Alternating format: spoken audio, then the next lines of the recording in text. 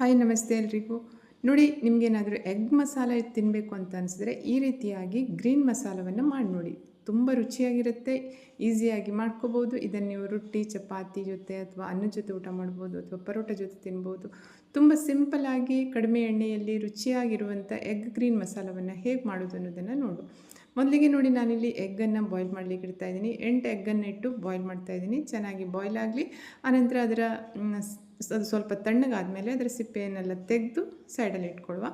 ಈಗ ನೋಡಿ, ಮಸಾಲೆ ಮಾಡಲಿಕ್ಕೆ ಒಂದು ಮಿಕ್ಸರ್ ಜಾರಲ್ಲಿ ಶುಂಠಿಯನ್ನು ಹಾಕ್ಕೊಂಡಿದ್ದೀನಿ, ಒಂದು 2 ಇಂಚಷ್ಟು. ಹಾಗೆಯೇ ಒಂದು ಗಡ್ಡೆ ಬೆಳ್ಳುಳ್ಳಿ ಹಾಕ್ಕೊಂಡಿದ್ದೀನಿ. ಹಾಗೆ ಒಂದು 8-10 ಹಸಿಮೆಣಸಿನ್ಕಾಯಿ, ಹಾಗೆಯೇ 2 ಮೀಡಿಯಮ್ ಗಾತ್ರದ ಈರುಳ್ಳಿಯನ್ನು ಸ್ಲೈಸ್ ಮಾಡಿ ಹಾಕ್ತಾಯಿದ್ದೀನಿ.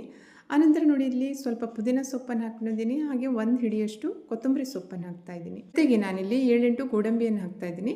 ಗೋಡಂಬಿ ಬದಲು ಮಗಜ್ ಬೀಜ ಇದ್ದರೆ ಅದನ್ನು ಹಾಕ್ಕೋಬೋದು. ಈಗ ಇದಕ್ಕೆ ನೀರನ್ನು ಹಾಕದೆ ಸ್ಮೂತಾಗಿ ರುಬ್ಕೋಬೇಕು. ಈ ಗ್ರೇವಿಗೆಲ್ಲ ಮಸಾಲೆ ಜೊತೆ ರುಬ್ಬುವಾಗ ಗೋಡಂಬಿ ಅಥವಾ ಮಗಜ್ ಬೀಜ ಹಾಕೋದ್ರಿಂದ ಒಳ್ಳೆ ತಿಕ್ನೆಸ್ ಬರುತ್ತೆ, ಹಾಗೆಯೇ ಟೇಸ್ಟು ಚೆನ್ನಾಗಿ ಬರುತ್ತೆ. ಈ ಕಡೆ ನೋಡಿ, ಬಾಯ್ಲ್ ಮಾಡ್ಕೊಂಡಿರುವಂಥ ಮೊಟ್ಟೆ ಉಂಟಲ್ಲ, ಅದು ತಣ್ಣಗಾಗಿದೆ. ಈಗ ಅದನ್ನು ಬಿಡಿಸ್ಕೊಂಡು ಈ ರೀತಿ ಕಟ್ ಹೊಡ್ಕೋಬೇಕು. ಹೀಗೆ ಮಾಡೋದ್ರಿಂದ ಮಸಾಲೆ ಅದ್ರ ಒಳಗಡೆ ಸೇರುತ್ತೆ, ತಿನ್ಲಿಕ್ಕೆ ತುಂಬಾ ರುಚಿಯಾಗುತ್ತೆ. ನೋಡಿ, ಈಗ ಈ ಮೊಟ್ಟೆಯನ್ನೆಲ್ಲ ಸ್ವಲ್ಪ ಫ್ರೈ ಮಾಡ್ಕೊಳ್ಳಿಕ್ಕೆ ಒಂದು ಕಡಾಯಲ್ಲಿ ಸ್ವಲ್ಪ ಎಣ್ಣೆ ಹಾಕ್ಕೊಂಡಿದ್ದೀನಿ. ಅದಕ್ಕೆ ಚಿಲ್ಲಿ ಪೌಡ್ರು ಮತ್ತು ಟರ್ಮರಿಕ್ ಪೌಡ್ರು ಮತ್ತು ಉಪ್ಪನ್ನು ಹಾಕ್ಕೊಂಡು ಅದರಲ್ಲಿ ಈಗ ಈ ಮೊಟ್ಟೆಯನ್ನೆಲ್ಲ ಹಾಕಿ ಒಂದು 2-3 ನಿಮಿಷ ಚೆನ್ನಾಗಿ ಫ್ರೈ ಮಾಡ್ಕೋಬೇಕು. ಒಂದು ಒಳ್ಳೆ ಟೇಸ್ಟ್ ಬರುತ್ತೆ. ಅದಕ್ಕಾಗಿ ಫ್ರೈ ಮಾಡ್ದೇ ಹಾಗೆ ಹಾಕ್ಕೊಳ್ಳೋದಿದ್ರೆ ಹಾಕ್ಕೋಬೋದು, ಆದರೆ ಫ್ರೈ ಮಾಡಿ ಹಾಕಿದರೆ ಇನ್ನೂ ಚೆನ್ನಾಗಿ ಬರುತ್ತೆ. ಈಗ ಸೈಡಲ್ಲಿ ಇಟ್ಕೊಂಡು ಈಗ ನೋಡಿ, ಒಂದು ಫ್ರೈ ಪ್ಯಾನಲ್ಲಿ ಸ್ವಲ್ಪ ಎಣ್ಣೆಯನ್ನು ಹಾಕ್ಕೊಂಡಿದ್ದೀನಿ. ಆ ಎಣ್ಣೆ ಗರಮ್ ಆದಮೇಲೆ ಅದಕ್ಕೆ 2 ಪಲಾವ್ ಎಲೆ, ಸ್ವಲ್ಪ ಕಾಳುಮೆಣಸು, 2-3 ಲವಂಗ, 1 ಚಕ್ರ ಮೊಗ್ಗನ್ನು ಹಾಕಿದ್ದೀನಿ ಮತ್ತು ಒಂದು 2 ಇಂಚು ಚಕ್ಕೆಯನ್ನು ಹಾಕಿದ್ದೀನಿ. ಆನಂತರ ನೋಡಿ, 1 ಟೀ ಸ್ಪೂನ್ನಷ್ಟು ಜೀರಿಗೆಯನ್ನು ಹಾಕಿದ್ದೀನಿ. ಇವಿಷ್ಟನ್ನು ಸ್ವಲ್ಪ ಹುರ್ಕೊಳ್ಬೇಕು. ಆನಂತರ ಇದಕ್ಕೆ ಗ್ರೈಂಡ್ ಮಾಡ್ಕೊಂಡಿರುವಂಥ ಮಸಾಲೆ ಉಂಟಲ್ಲ, ಅದನ್ನು ಹಾಕಿ ಚೆನ್ನಾಗಿ ಫ್ರೈ ಮಾಡಬೇಕು. ನೋಡಿ, ಮಸಾಲೆಯನ್ನು ಸ್ವಲ್ಪ ಎಣ್ಣೆ ಬಿಡೋ ತನಕ ಫ್ರೈ ಮಾಡ್ಕೊಳ್ಬೇಕಾಗತ್ತೆ.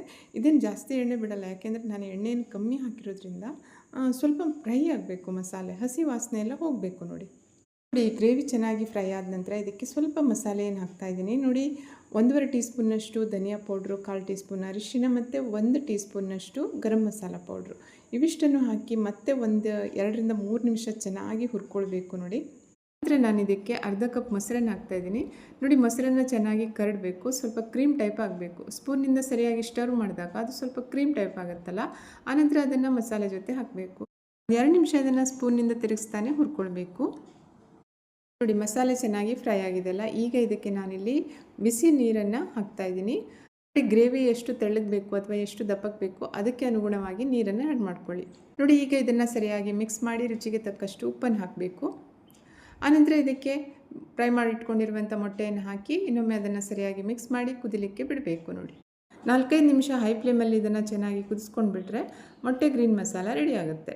ಕೊನೆಯದಾಗಿ ಇದಕ್ಕೆ ನಾನಿಲ್ಲಿ ಸ್ವಲ್ಪ ಕಸ್ತೂರಿ ಮೇಥಿಯನ್ನು ಹಾಕ್ತಾಯಿದ್ದೀನಿ. ಒಳ್ಳೆ ಪರಿಮಳ ಬರ್ತದೆ, ಹಾಗೆಯೇ ಟೇಸ್ಟು ಚೆನ್ನಾಗಿ ಬರುತ್ತೆ. ಈಗ ಫ್ಲೇಮನ್ನು ಆಫ್ ಮಾಡಿ ಇದನ್ನು ಸರ್ವ್ ಮಾಡ್ಕೋಬೋದು. ಅತಿ ಕಡಿಮೆ ಎಣ್ಣೆಯಲ್ಲಿ ಮಾಡಿರುವಂಥ ಈ ಮೊಟ್ಟೆ ಗ್ರೀನ್ ಮಸಾಲ ತುಂಬಾ ಟೇಸ್ಟಾಗಿ ಬಂದಿದೆ. ನೀವು ಒಂದ್ಸಲ ಹೀಗೆ ಟ್ರೈ ಮಾಡಿ ನೋಡಿ. ಇನ್ನೊಂದು ರುಚಿಯಾಗಿರುವಂಥ ಹಾಗೆ ಹೆಲ್ದಿಯಾಗಿರುವಂಥ ರೆಸಿಪಿಯೊಂದಿಗೆ ಪುನಃ ಭೇಟಿಯಾಗೋಣ. Thank you.